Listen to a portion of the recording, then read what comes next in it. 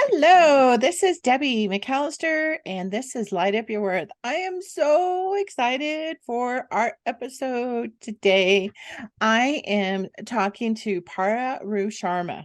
She's a soulful, confident coach, a yoga teacher, and she's based in Melbourne, Australia, but supporting ambitious, driven women all over the world. Following a huge personal transformation of her own, whilst retraining as a life coach, she now helps her clients to unearth their limiting beliefs and step into their power. On a daily basis, Paru is enabling people to shatter their fear and self doubt and to reconnect with their self worth and confidence.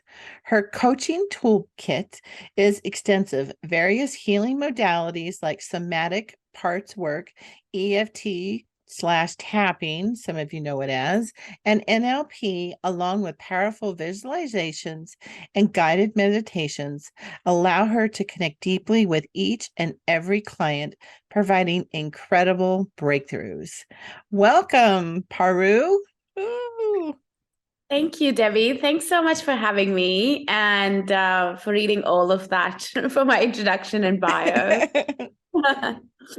Yeah, it sounds like quite a journey to have gone through, this journey of, reconnecting with yourself and beliefs. And I would love to hear about, how did that begin for you to really step into, going back through and to do your coaching and then stumble upon that all of your own limiting beliefs. I would love to hear, that journey to where you are now. Yeah, sure. Yeah, I mean, like life looked completely different 2 years ago. Uh, I was married. I was in a 9 to 5 job. I was, like I wasn't sure what I wanted to do. And at the same time, it's like I had been doing a little bit of the work with like workshops and, like a couple of things here and there. But I hadn't like dived deep into all of this like I am into it now in Mhm. terms of like the coaching work, transformation work, learning about healing modalities and being able to actually help people. So if I look back 2 years from now, like it was completely different. But what changed for me really was that, so like I lost my mom when I was really young. I was born with like a congenital problem. And just like pretty much any other young adult, like I was moving through life, not feeling good, not feeling confident, often confused about whether I had a good childhood or, whether something was wrong with it. Because I also I always had a bit of a problem with my dad. That was also a toxic relationship while growing up. So looking at all of those things or like going through all of those things, I always had self-doubt. I had body confidence issues. And I did not know how the trauma of losing my mom when I was really young was actually showing up as fear and guilt in my life. But then I started working with a life coach myself during 2020 lockdown. And it's kind of like that's when the transformation started for a lot of people because we had all this time with ourselves. So we really started to question, right, everything about life. So, yeah, I started working with a life coach then, and one thing led to another. And I decided to completely switch my career. I decided to keep working on myself. And at the more and more work I did with like different healers and different coaches, the more I started to see that as I peel the layers of conditioning and guilt and fear and, like dive deep into my trauma with the facilitators, I was becoming a different person. I was showing up more confidently. My fears were going away. I was finding more courage to like speak up at work, speak up in my marriage, like go after what I wanted to do. I wasn't scared to launch this business and change my career. Yeah, that's kind of like the summary of the fact that I was coming from a place of trauma. I started working on myself, started seeing the difference, and then I was like, you know what? I want to help people do the same. Yeah. What a journey. When you first started to see these changes, how did that really show up for you? Like, Mm, what were the big like differences that when you paused and you're like, oh, I did that? yeah, good question. I think one of the first ones was okay. So one of the first ones was, when lockdown happened, my work, like my team became really toxic to work in at my work because my boss was like she would micromanage, she was like constantly control us. There was like no work-life balance. And for some reason, I was struggling to speak up against this. I just could not, like, I was speaking up, but it wasn't confident enough. Like, I didn't have enough belief in myself that I was right in standing up against my boss just because no one in my team would. So I started working. So I was like, just really unhappy, just not in the best place with like showing up at work at that time. And this happened to me after having worked in a leadership position in the same company for 2 years and been there for 5 years. So I used to be very comfortable, used to feel at home. So when this change started to happen, I was like, what is happening? Why am I not showing? Like, why can't I speak my mind? Why am I constantly doubting myself? So then I started working with a life coach, and we dug into like spiral dynamics, a lot of the things about my inner child healing, like whatever would come up, we would release that. So then one of the first changes for me was to be able to find the courage to stand up against my boss. And I did that. And the moment I did that, everyone else in the team started to stand up. I got a better role. Like literally, my city head, my country head was like, do you want to do this? I've got this role for you. I know what you're capable of. And so I started heading the print production department, which was a new department, started launching the magazine, which I hadn't done before, but everyone else around me believed that I could do that. And so that was a big thing because then within 2 weeks of like switching to that role, I started to see how instead of constantly criticizing me, everyone, right from our global heads to like anyone I was working with, was like really appreciating my work. So that was the first one, like finding that courage and confidence and actually seeing that manifest and happen, that, well, I stood up for myself. And what I got in return is not pushback, but like all this amazingness. Yeah, you were like allowing by showing your own light. It's like the Marianne Beckwith poem. Once you started showing your own light, it allowed Exactly. others to step into theirs. Totally. And I think that's the difference, right? It's like till the time no one was speaking up, no one was speaking up. And it's like I would look at other people, I'd be like, is it just me? Or do you guys also don't agree with the way this is being run? And no one would say anything. So I was like, okay, maybe I am crazy, but I will go only crazier if I sit here and do this. So I'm gonna go take this risk. And it was scary because I felt alone, and I did feel crazy because I was like, well, everyone else seems to know what they're doing. Is it just me that I'm not happy with work? I'm not good with work, or I can't get along with this person. So, but then really it just went on to show me that when I decided to stand up and speak my truth, like the universe supported me, people supported me, it actually created the way for 5 other people in the team to be able to stand up and, also release them from like this whole toxicity and stress that was going on. Yeah. Well, thanks for doing that. Showing that stepping in and what feels like a risk is a Yeah. risk. It can be a risk, of when we do step into sharing our truth of what that is, and taking that risk so that others could do that and follow your suit. So when you start noticing that around you, I mean, did it like fuel it, start adding some momentum to what you were doing, and you're like, wow, or bring you up to another plateau, up level you to look Mm, at other areas of your life? totally. So sorry, are you asking me if did that push me to look at other Yes. areas of my life? Yeah. Yes. Yeah. Yes. It did. So another thing that was happening for me at that time was that I had started to realize that I need to shift something in my marriage. Like I have been married for, at that time, I'd been married for 6 years, been in the relationship for like 12 years, 11, 12 years. So I think till then I was just avoiding confronting my feelings.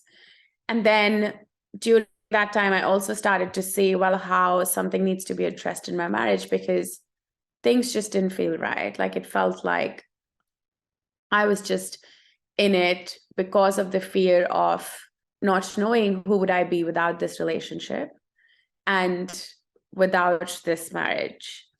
So I decided to also look at that aspect of my personal life and started to speak to my husband about how I was feeling, what was happening.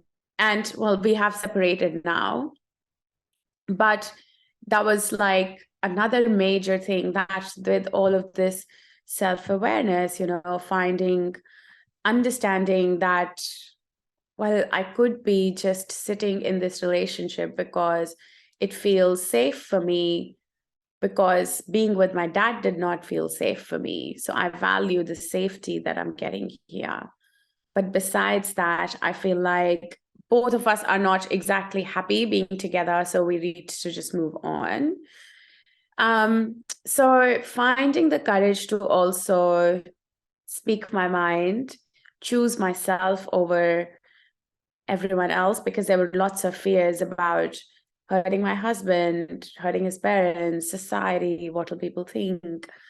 So choosing to do that, choosing to speak my truth, follow my heart, and finally managing to do it in a very conscious, loving, compassionate way. Now that I'm on the other side, yeah, I feel like it had a huge cascading, like domino effect in the rest of my life as well. Because there was that when I started working on my relationship. And the other thing was that I also gradually became more and more confident that, well, I'm going to leave my job and I'm going to launch myself as something, as a life coach, as a yoga teacher, and something which is completely different to anything I had ever known. Like I'd never launched my business and worked in coaching industry or worked as a healer. So there was that, and just learning that, I don't have to have everything figured out right now. Things will work out as I go. I just have to get started. And even if it felt like, well, I'm losing my job, I'm losing my marriage, I wasn't really losing anything. I was really just creating space for better, more aligned things to flow in my life. Yeah, it doesn't sound to me like you lost everything. It sounds to me like you found everything Thank within you. you. Yeah, you touch on something that was, I think, really something that I think a lot of listeners could probably really connect with. And that is you held on to what you were feeling because you didn't want to hurt other people. Yes. And that was my biggest concern, because I was like, I can see my feelings change. I can see that I'm unhappy here. But how do I hurt these people? And I stayed with that guilt for a while. But I had to work with someone, like I did breath work, I worked with a coach, I did tapping to release this guilt, release this fear. And so the results that I was seeing from working with my coaches and using these modalities that I work with today, those results were just making me stronger and stronger. And they were really just helping me drop in more into my own body, into my own heart and essence. And I started to realize that, what, it's okay to choose myself over other people. And I'm not a bad person if I speak my truth. Oh, that is such a powerful statement. It's okay to choose myself over other people.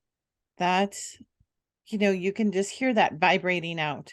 Like, how many are waiting to choose? They're afraid, that fear of hurting the other people, and it's okay to choose yourself. Yeah. I mean, and that you've put in things in place, with all of the healing modalities and the coaches, like that really is super powerful to be able to do that. And that helped you then start building into your own body confidence, and because you're beautiful. I mean, when somebody watches it, they'll see, oh my gosh, like, how could she be unconfident in who she is? Because you are just, stunning. Like, they probably think you're a model, Thank you. that you do modeling on the side with your life coaching. I Would mean, love to. and so I think sometimes we don't think that the most stunning, beautiful people have that body confidence.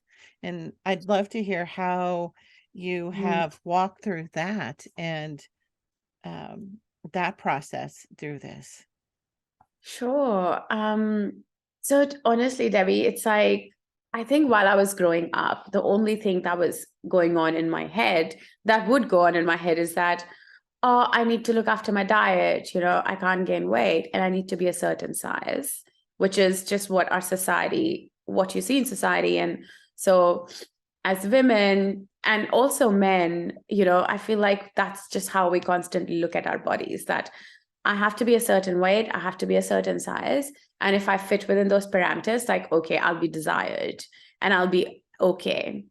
So like, I was coming from that headspace, but for me, there was an extra pressure to be in that space because I like I was telling you in the beginning, I was diagnosed with a congenital spinal problem when I was born. It's called spina bifida. And because of that, I had less blood circulation in my right foot. And eventually, over the years, what happened with that is that because I had less blood flow, I would get hurt and not realize. And so I would go to the doctors and they'd be like, oh, it's too late. And now we have to amputate your toe. So I went through 4 toe amputations in my right foot. And that just like massively, the way my foot looked, that just massively affected my confidence in my teenage, in my young adult years, 20s. And I just didn't know, like, the only thing I knew was, well, if I am skinny enough, I will fit in anywhere. Like, that was just my way of doing this.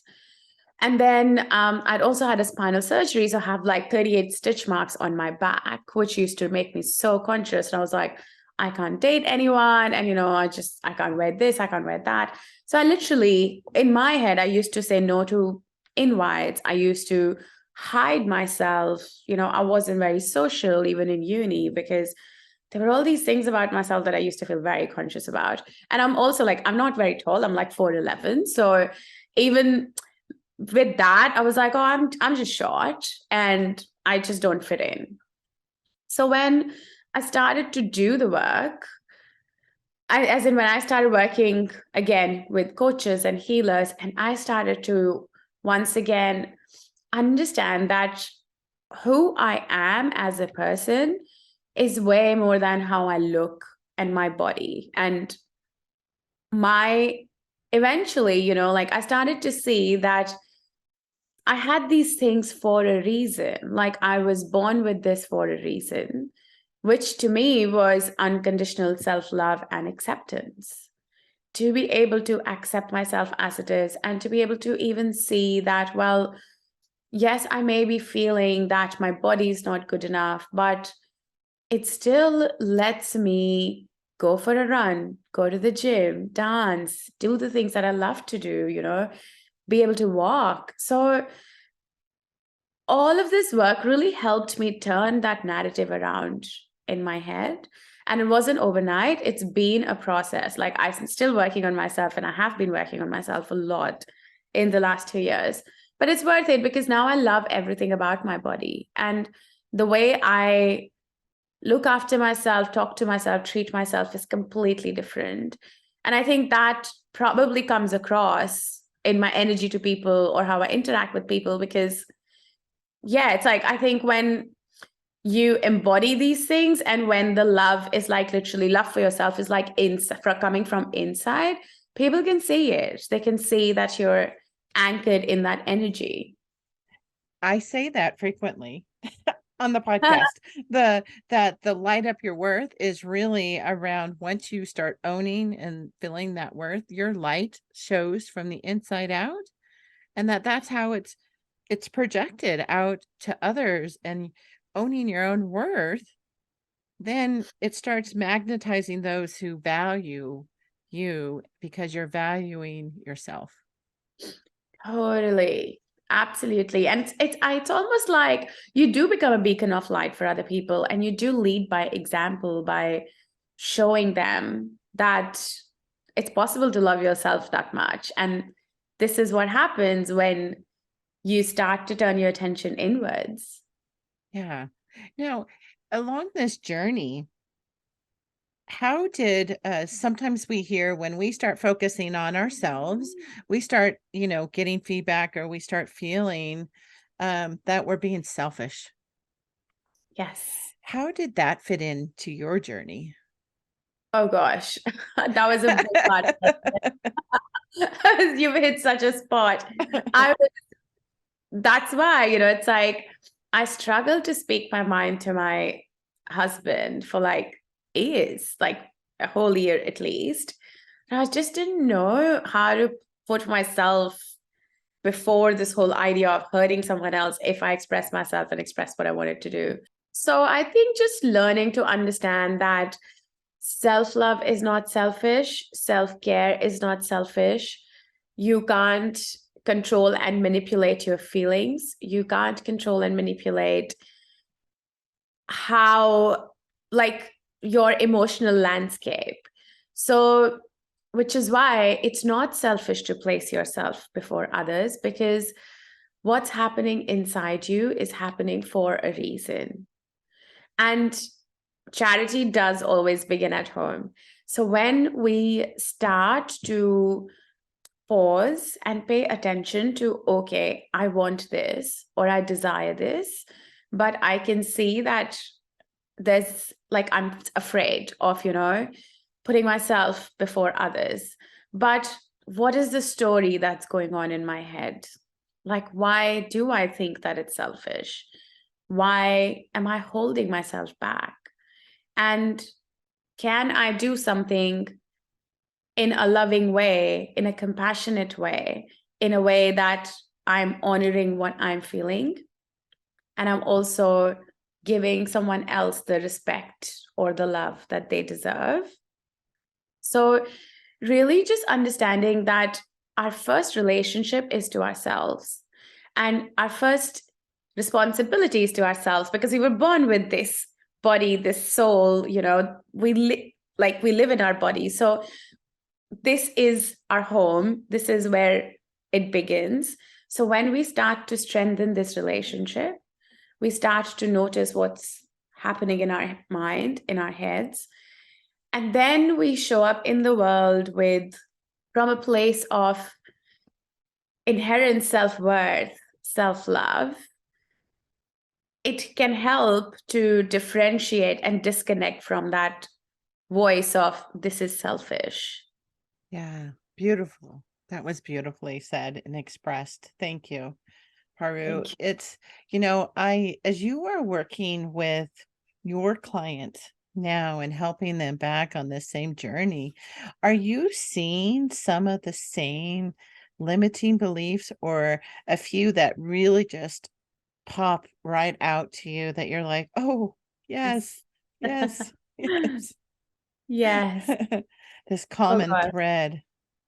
Totally. Oh my gosh. It's so true. It's like, when I started on this journey, like people would say that you will attract, it's like we teach what we most need. So it's like, it's the work that I've done on myself in a certain area. Like my clients would also be from similar stories and backgrounds. Like they would need help with similar things.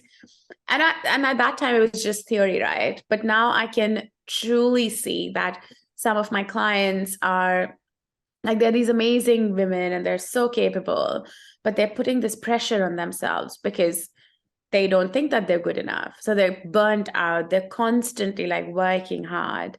They don't think that their bodies are good enough. or they're scared of speaking their mind, they're scared of putting themselves out there. So yes, I'm definitely seeing the same patterns. And the best thing is that I know I can truly help them because I have, it's like it's embodied for me. The work that I do is embodied. It's like I have done the work. I've seen what's worked for me. So I know what can potentially work for them.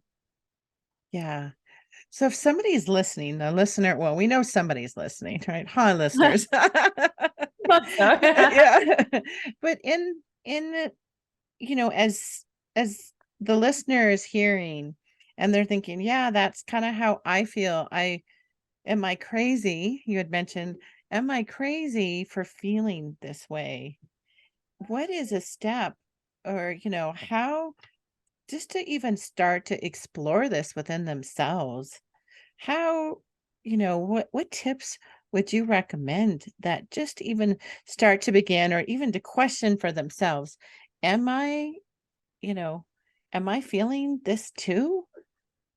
Mm. What would you suggest or recommend for them to where, where to begin this process or questions to ask themselves?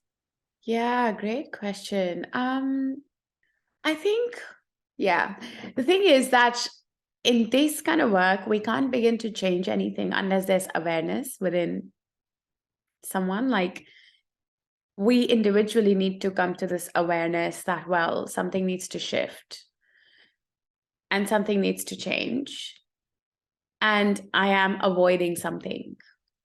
So when you feel stuck, if you're like right now, if you're listening to this and you can relate to some of the things that we've been talking about, like self-worth or like something from my story, you're feeling like, well, you sometimes struggle to draw boundaries, you sometimes struggle to say no to people, or, like you feel like you're constantly giving a lot at work. And, like you're a giver, like you struggle to receive, or you're constantly shaming your body or putting yourself through these things where you don't feel like you're good enough. So I think being able to relate to some of these situations, or, like even if you're feeling stuck where you're like, well, I want to move forward, I want to change a job, I want to date this person, or I want to move countries, but I don't know what my next step is. So in situation like these are some of the examples where you can pick and be like, okay, I can relate to that. And then start to question yourself on, well, if I am scared of speaking my mind, then what's holding me back? Is it a fear? And a fear of what? Is it fear of rejection, fear of abandonment, fear of losing everything you have? Um, then it could also be, well, okay, I've got this fear, but how bad can it be? Is this story true? The story that I'm telling myself about this fear, about things falling apart, about, that things seemingly getting over, things going wrong. Is this true? Like, what are the chances of this happening? And then if you feel like rationally things are fine, logically, but there is still something internally which you're not happy about, which is drawing you down, which feels a bit dense, then I would highly recommend reaching out to someone to being like, hey, this is what I'm feeling. This is what's happening. How can I help myself? How can you help me? So I think, yeah, being able to relate to those situations and starting to question what's holding you back. What are you unhappy about? What is your inner critic trying to tell you?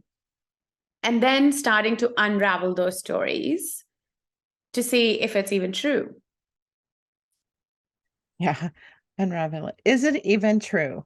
Yeah. Yeah, because often, it's like Hmm.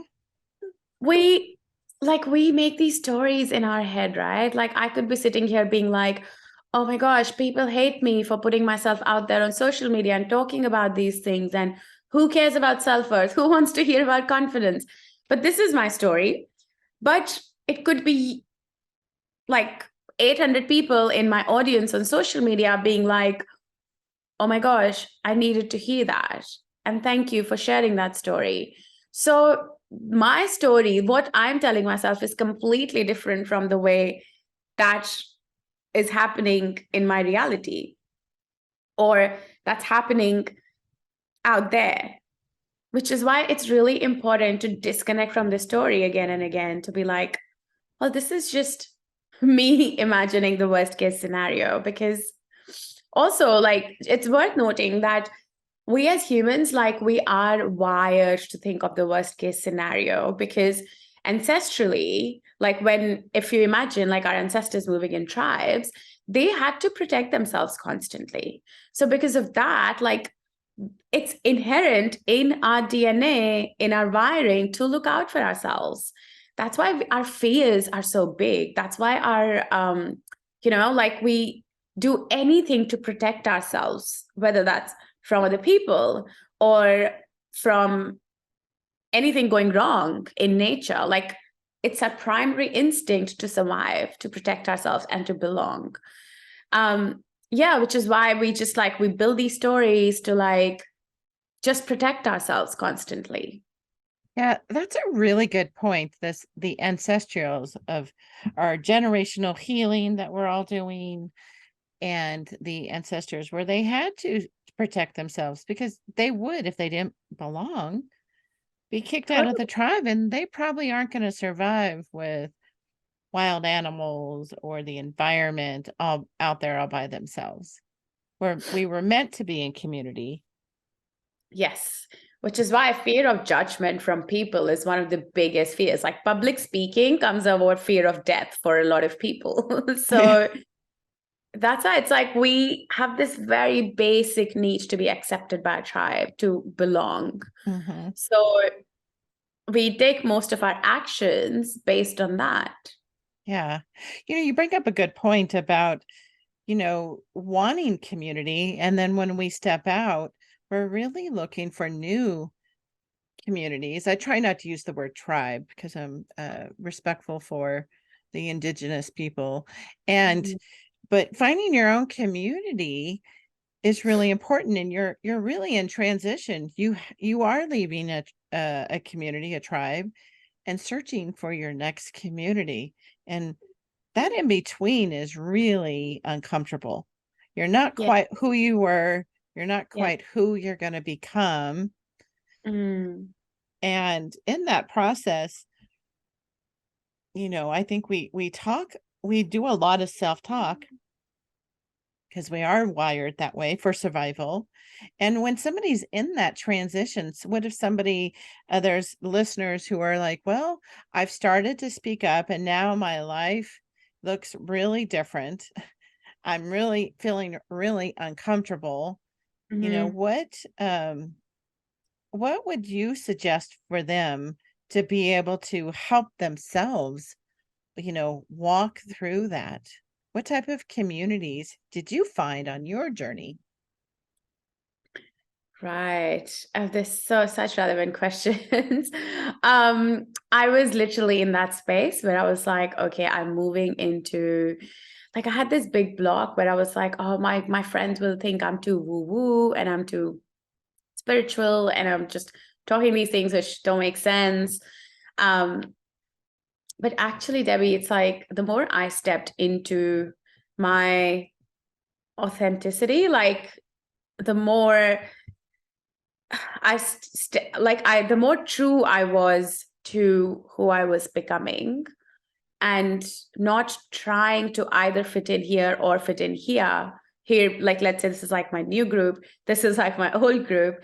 So more just being like, still being myself, but again, coming from a genuine place of, well, this is what I am. And if I'm transforming or evolving, then this is what it is. I'm not going to play small or hide myself. Honestly, I feel like the mindset that I had to adopt is that people who are meant to be in my life, people who truly get me, are the people I need, and they will stay. And people who fall away weren't my people anyway, because we have different paths, we have different understandings, and they're not really going to help the person that I'm becoming. So it's not a bed of roses. Like in parts, there were parts when I was lonely. There were parts when I was trying to understand where do I fit in, because there was a part where I was like, well, I'm not exactly as smart as everyone else. Not smart, but as in, I feel like I'm so new in my journey. So there's like this community where people are already in their businesses and they know so much about spirituality and healing and all of this stuff, but I'm just getting started. So do I fit in? And yes, I fit in, because in those communities, I went with a beginner's mind. I went there to learn. I went there to just, expand my network. So coming from, I guess, yeah, just staying true to where I was in different parts of the journey and showing up with, well, this is what I'm here for, or, this is what I need. Are you happy to help me? Like, I think just being true really helped me attract the right support and the right people. Yeah, that's beautiful. When you mentioned one of the ways that you said was that when you were talking to your friends, you didn't want to sound too woo-woo. Yeah. And I want to explore that for a moment, because I have realized in talking with so many beautiful souls like yourself, and I actually said that too before I launched the podcast last year, was that, I'm coming out of the woo-woo closet. Mm-hmm. And yet I've been so surprised of who actually they already knew on my journey. But it is this really big fear of showing our woo. And I don't actually care for that word. I think we're spiritual, and Yes. and is that what was coming up for you in thinking that, that whole woo woo, being too woo.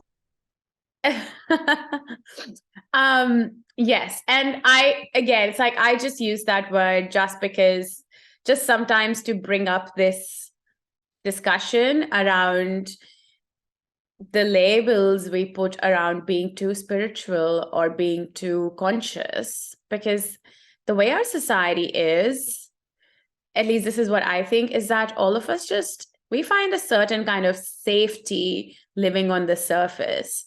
So we're all very happy being busy, avoiding emotions, avoiding intimacy, just doing like the day to day. And there's like some sort of a fear in like going deep in your conversations and going deep in your relationships, it's like, and it's very counterproductive, because we're wired for connection. We're wired for that kind of attachment. But yeah, so it's like when I started working on these things, I really started to see how I had been living on the surface, and really just like seeing how a lot of the relationships were like that. Not to say that everything was wrong with all of my relationships, but it was more that a lot of things started to stand out for me, like a lot of patterns, a lot of the ways, a lot of dynamics. So, but I found I was genuinely interested in it. And I also found a lot of comfort in, like my angel cards and crystals and sacred circles. And I also am a yoga teacher. So I was really pulled towards exploring the whole spiritual realm and really looking into the teachings that give our existence a bigger picture and a bigger sense of belonging to the universe, to each other, to be connected to each other. So, because no one around me was really in my friend circle, in my work circle, no one was talking about these things, which is why for me, it was such a big challenge. It felt like this massive block to be able to start talking to my friends about my new interests, about, like wanting to do angel cards for my girlfriends and wanting to like explore hypnosis when I was studying NLP. So like all of these things. And then putting myself out on my Instagram or my social media to then start talking about healing from your trauma, like doing the work and like exploring your subconscious patterns, because no one was talking about these things. So I've constantly feared, all these friends of mine judging that I had lost my mind, and I am maybe getting older because I'm getting all spiritual. So yeah, so I think there were like all of these fears in my mind. But then, I kept finding my people. I kept finding really good, beautiful women and even men through different courses, through like the travels that I was doing, through like when I put myself, this is coming back to the point on when we start to step into ourselves, the world starts to really notice that. Because then when I worked through these beliefs and I truly started showing up on social media, like I saw that there are people in my friend circle who actually get this stuff. It's just that no one's talking about it because there's like this label that, oh, you're not like, that there must be something going on with you if you are suddenly being spiritual. So yeah, so the more again, it's like when I started accepting that, and at one point I was like, I don't care. This is me, and people who want to stay can stay. That's when people actually started becoming interested in this, even like things started to flip and they were like, oh my gosh, tell me more about it and talk to me about this. And they found it fascinating. Yeah. Isn't it surprising as you start to find your people, some of them are right there, and maybe Yes. they had their own angel cards at home and didn't have the courage you had to step out into sharing about that. Oh my gosh, totally. And I have this latest example of this.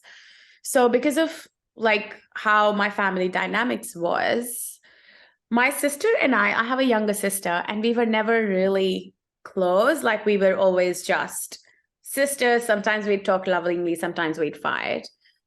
But having gone through my own journey in the last 2 years, now when I connect with her, like the way I've started connecting with her in the last few months, I realized that she's a parkour trainer. So what you see on her social media is all about parkour and exercising and my body, how she likes to look after her body. But I really realized that, well, she's been on her own huge spiritual journey in the last couple of years.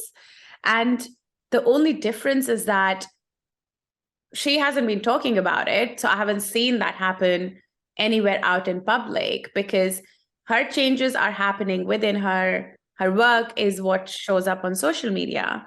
But when I connected with her, we're talking the same things. We're really going through similar kind of like evolution, changes, transformation.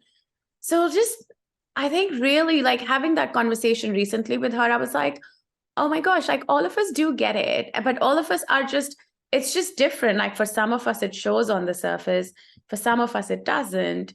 But because spirituality and being a part of God and being connected to the universe is who we are, like it is all inside us, we're a part of it. That's why all of us do get it. It's not like others don't understand it. It's just about what stage in life you're at, so you can accept the gravity of what this connection means, what this work means. Yes. Yeah. We were built connected. We came here for a purpose, especially right now. Your awakening during the pandemic was so much lights that went on with people who were like you were talking, like you felt like your life was more surface. And now that you've done these deeper dives, finding that depth, what was there within your own self, your own resilience, really, your own, inner beauty and healing that was here, and to continually shine that light is a beautiful testament of the beautiful things that came out of the pandemic. Yes, All of totally. the lights that were turned on within yourself and with others, and how now we're all sharing this light. Yeah, yeah, totally. So powerful. So, One of the things you said too was that you were this judging of, that you've lost your mind. And, Mhm. I have heard this frequently with my guest, is that in that process, in the, almost the cocoon process of our transformation, or the dark night of the soul type of moments that happen, while it feels so despairing at times, it feels alone and nobody understands. And we're almost afraid to share it because we're even kind of questioning, have I? Yes. Have I? Why did I walk away from this or this? On the Mm, outside, it looks so perfect. yes, totally. Um, I feel like I've been thinking about this, and I feel like the thing is that it's not basically anything that's mainstream in our society is what is normal, right? But Mhm. so normal can be a myth because what is normal? What is normal for me may not be normal for you individually. But in order to belong, all of us love to follow what's happening. So we'll be like, oh, if I'm married, it's normal. If I have a job, it's normal. And that's great because I'm safe and I'm a part of this whole bigger picture, right? Mhm. Which is why it's like when you start with your spiritual transformation, awakening, like it can feel isolating because that's not normal. Like that's not socially accepted in a way that it's no one's talking about it in the mainstream, you know? You don't hear a lot of transformation stories on your mainstream media. So, which is why it's like when this happens, you're like, oh, I must have lost my mind because I want to do things completely differently from the Yeah. rest of the world around me. I think that's like one of the reasons why it's like when we start going through these things, we're like, we feel completely alone because a lot of people around us are either not talking about it or going through it at their own timeline. Mhm. Yeah, and it is, I love that what is really actually normal. I really don't think there's, normal, and of what we think normal is. And Yeah. And it's not debatable. It's like, who set these standards of normal in our society? And what are these measures that we are judging us by? Is it just a house, a marriage, a job, and kids, and like a certain looking body? It's like, these are our standards of normal, but we're all varied, we're all unique. All of us have different backgrounds, cultures. Like, look how unique we are in terms of our gifts and purpose and everything, right? So, it's just, yeah, sometimes it's just sad. Like when I look at this and I'm like, well, it's like there are so many beautiful people out there, you know, who are scared to show up just because they don't feel like they fit in to this idea of the society or culture that we have. Um, yeah, which is also why I think it then just becomes even more important when you're going through your awakening and when you're feeling like you are different, to really like step more into your true worth, like step more, connect more with yourself, like bring it all back in. So then you can truly see your shine. You can truly find the courage to be okay with the fact that you might be standing out. Your path might be different from the rest of the people around you in that moment, but this is where we shine. This is really how we find our true courage. yeah, I know over the years I have come to realize through this whole journey is that those parts of myself that are most unique are exactly the parts that pull people to me. It's Yes. astonishing, Yeah. where I used to think, I can be very emotional, as far as like if we're having a conversation and go instantly to this deep into the pool, as I had a friend tell me, wow, you have some really deep conversations. And I'm like, well, what other type of conversations are there? Yeah. And as I've gone more and more on my journey, like I really really struggle with having surface conversations. Oh gosh, I completely agree, Debbie. And that's another thing. It's like I feel like I've also had judgment against myself on that because I was like, am I too deep? Am I going too deep in these conversations? Are people going to hate me because people don't like talking deep stuff? And am I going to push my friends away? It's like that's the thing. It's like we're so used to small talk. And but the thing that surprises me is that deep down, all of us actually want connection. But on the surface, we're so used to living on the surface that we're all feel safer just doing that surface chat. Yeah.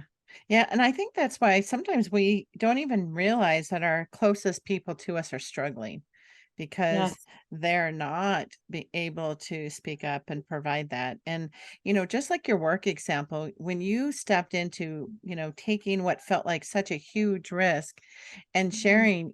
sharing how you were feeling, how it just opened up others around you to be able to go, I've been feeling that too. Thank you for doing that. I was always that person at work, I still am, about speaking up, Yeah, and some appreciate it and some don't. Sometimes it's worked out, sometimes it doesn't. But when it doesn't work out, it really real what I've realized is that it's really not aligned with who I am right now. totally. And I think that's just like a mindset switch or a lesson or a reminder that we do need to give ourselves from time to time that it may not, like, life isn't perfect, it's not linear, so things won't be, they won't work out perfectly, and not everyone will always agree with us, and that's okay, because whether we're doing this work or not, whatever you're doing, whether you're speaking your mind or not, even when you're not speaking your mind, there are still people who are not agreeing with you or agreeing with how you're showing up. And when you are speaking up, even then there will be people who don't agree with you, but that's exactly the kind of people then you know that you're not meant to be with, because like you said, it's not aligned, so it's actually better that it falls off on its own. Yeah, I had to really work through that over the last, I don't know, probably decades now that I've been working on so many different areas of my life. But, where others might see something as a failure or a rejection, changing that of like, well, thank you for making that choice for me. Mm-hmm. Yeah, That it's shown that really wasn't aligned. And then as time has progressed, if I can reflect back on those experiences, it may not show right away because I might be hurt, but and then processing through the emotions that come through that hurt, but being able to reflect back and go, wow, that was the greatest gift that you gave me by cheating on me and leaving. totally. Like the best thing, like how miserable would I be now if I had stayed? Completely. And that's like another, yeah, it's like another thing that I don't even know. It's like if I try to break it down, I'm like, so why are we scared exactly? Because the thing is that when we step into who we are and we start to speak our truth, people who were around us who were being fake or who were in love with like that fake version of us, which was on the surface, which wasn't really us, they are going to fall off because what's naturally not aligned will go away, which is actually a good thing because that draws the density away from us and keeps life lighter by truly then creating space to attract people who are going to lift us up and help us step into that version of us even more. So there's really nothing to be scared of. Like just understanding that this is a transition and what's happening is truly, it's kind of like, what's the right word? It's kind of like your life is now being curated in a way that only people who are aligned with you, who make you feel good, who you want to be aligned with, who get you, and who love who you truly are going to stay. And so it's actually amazing. Yeah, it is. It's amazing who's in my life now. It looks so different than, I'm in my 50s. And so people that were in my 30s when I started down this process, um, Wow. so many of them are not like who's that again, like it really has changed. And then those that have stayed around, maybe not in my core group, but who have progressed through this journey. So I applaud you for taking that first step. I think the first step is always the hardest. And so, because if you hadn't taken that step, you wouldn't be here. We wouldn't be talking. And, when two people come together in community, we raise the vibration for everybody. So gives others the courage to be able to step into their own truth. So thank you. Now, people listening and they want to reach out, they want to start to follow you. How can they reach you, Paru? Yes, thank you for that. So I'm very active on my Instagram. So my Instagram handle is PARL Sharma, SHARMA and _. So that's Parul Sharma _. And I'm also pretty active on LinkedIn with the same name. So it'll be Parul Sharma, my name. Yeah, those are the two channels. And of course, they can have a look at my website. Oh, that's beautiful. Well, I can't wait to hear who reaches out and who connects with you, who feels that alignment with the work that you're doing. And, thank you for joining me so early in the morning in Australia. I appreciate that. And it's been such a joy to have you on this and you shining your own light. So thank you so much. Oh, thank you for having me. It's been my absolute pleasure to start my day so vibrantly with this high vibe talk. So thank you so much. Yeah, now she's really waking up, huh? Can I hear her? No. At the end of our talk, finally awake. Yeah. Woo-woo. Thank you. If you enjoyed this Light Up Your Worth episode, be sure to share with a soulful friend who needs to hear this message. Thanks so much for listening and being part of the Light Up Your Worth community. My heart is full of gratitude for you. You are my inspiration to shine the light of spiritual, heart-centered women. Now go out there and shine your own light. Sending you sunshine.